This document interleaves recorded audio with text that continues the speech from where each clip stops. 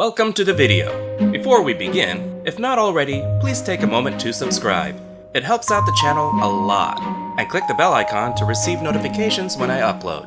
Comment your little heart out. And most of all, please enjoy. Now back to the video.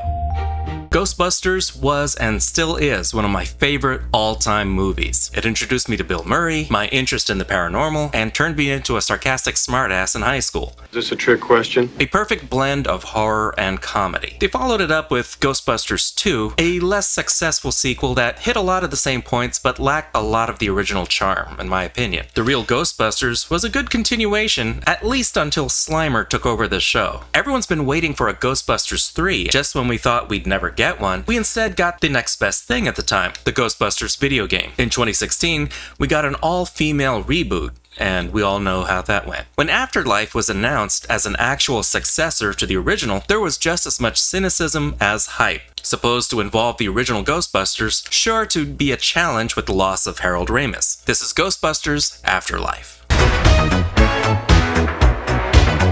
I'm gonna start with no spoilers, but when I get into more spoilery territory, I'll give you a warning. Ghostbusters Afterlife is the story of Egon's estranged family, his daughter, granddaughter, and grandson. They inherit his Oklahoma farmhouse out in the middle of a small town. It's not too long before Phoebe starts finding clues about Grandpa's past. Everyone seems to have forgotten that ghosts ever existed, and the grandkids didn't even know their grandfather was a Ghostbuster. They find Ecto-1 in the barn just rotting away and some of his old gear just in time to meet with an emerging supernatural event. Maybe it's the apocalypse. McKenna Grace makes an adorable little Egon. She really captured that hyper-nerd character. She's so serious, but she tries to fit in so awkwardly. She's just fine being a nerd. She makes a friend named Podcast, played by Logan Kim, who's named that because he guts fish for a living. I'm kidding, he has a podcast. At least he didn't have a YouTube channel. We might have been calling him Tuber this whole time. Still, I like the little guy. Paul Rudd is Gruberson, their substitute teacher, adult advocate, and resident Ghostbuster expert. There is a real nostalgic sense, and I feel it's handled pretty well. We're ready to believe you! You know what this means, right?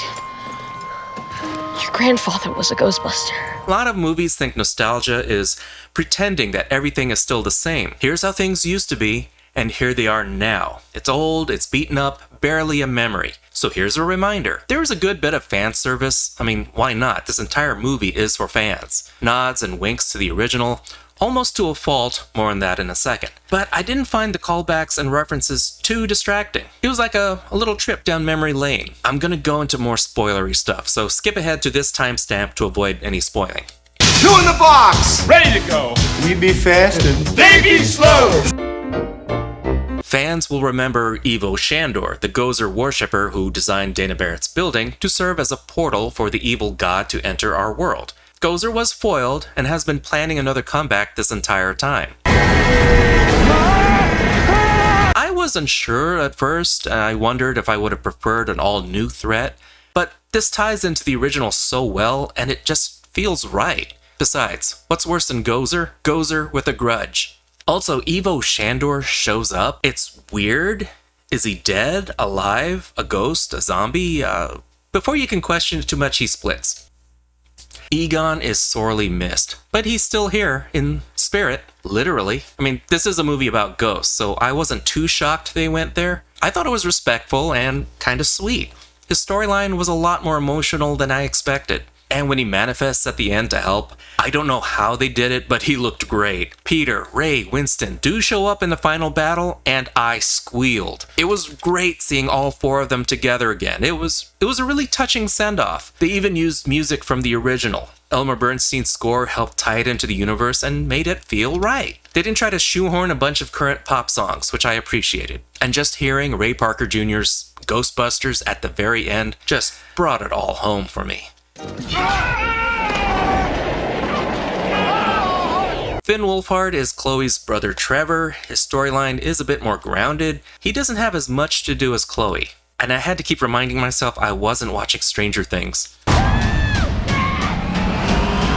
It didn't bother me that the OG Ghostbusters don't have as much screen time. If this movie was made 20 years ago, I'd want more. But this is mostly a torch passing, and one last hurrah for the OG Ghostbusters. They're older, they've moved on to other things, and it's fitting for them to be retired, or if ghostbusting comes back as a profession, I can see them moving on to mentor or executive roles. I still wouldn't mind seeing where the series goes, as long as Sony doesn't go crazy with the cinematic universe just yet. Focus on a strong foundation, then you can talk about building that deck. Now, as far as the problems I had with Ghostbusters Afterlife, it's mostly nitpicky. First, the pacing is very compressed. It gets to the point really fast, but it also feels like I missed a few scenes. People figure out the Ghostbuster equipment almost immediately, and I don't mean Egon's ghost showing Chloe how to fix a proton pack. Podcast suddenly knows how to work the little RC ghost trap, which was a really cool addition, by the way. And even a random cop knows how to shut off a proton pack.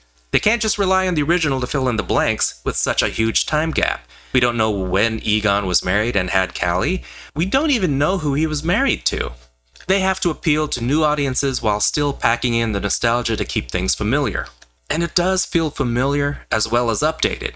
You might find it weird that their mom and Gooberson get keymastered gatekeepered right after their first date, but only if you think about it too hard or you're just a prude. Okay, back to non-spoiler. This movie is a good way to ease in new and old audiences. It still lacks some of the dry wit of the original, but also feels tailored to a more modern audience.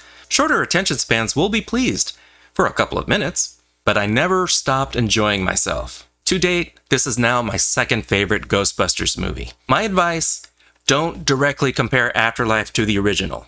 Let this one stand as it is. A continuation of the Ghostbusters as a franchise and a nostalgic, heartfelt send-off to our heroes, as an introduction to a new generation. I still had a lot of fun with it, I enjoyed the hell out of it, and I can't wait to see it again. Ghostbusters Afterlife is 4 Bs. It's snappy, familiar, it hits a lot of the right notes, it gets kind of sentimental, it has its flaws, but they don't really detract. I still really enjoyed this one. Maybe if you go into this expecting the perfect Ghostbusters sequel, you won't find it because it doesn't exist. They waited far too long for that to happen. So this is the closest thing we'll get to a continuation of the story. It's not as quotable as the first movie, but I find a lot of movies these days aren't as quotable as they were in the 80s. That's probably a topic on its own. Thank you so much for watching. Like, subscribe, comment, the bell, the usual YouTube stuff.